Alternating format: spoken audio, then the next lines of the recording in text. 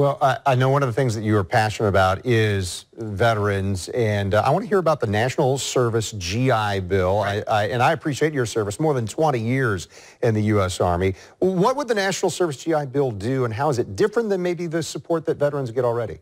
So what it's seeking to do is let's get us back to all of the goodness that we received in prior generations with the draft. It's not a draft per se. It has a lot of incentives, but it's getting young people, bottom line, off the couch, off their phones, off their video games, and out serving their community, their neighbors, and their country again. So what did we get from the draft? At 18 years old, you brought together all elements of American society, and whether you were from downtown Detroit or North Florida or LA or a Jewish kid from Brooklyn, I could tell you in the foxhole, nobody cares about race, religion, creed, socioeconomic background. They certainly don't care about political party. It's about mission. It's about country.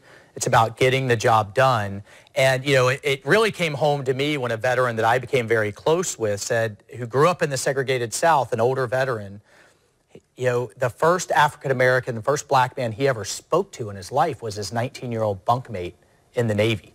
And then what else do you learn? You learn leadership, followership, teamwork, discipline. So the bill is looking to provide, like the GI Bill does, in-state tuition or community college tuition and some other incentives. It doesn't have to be just in uniform. We can do inner-city tutoring. We can do Boys and Girls Club. You can do National Park Service, FEMA Volunteer Corps, Peace Corps. But again, it's reinstilling that sense of service in the current generation, and patriotism for that matter, like we had in previous generations. Again, the Israelis do it mandatory, population 8 million. Our population 350 million. I think we can incentivize it, though, to get people out serving again.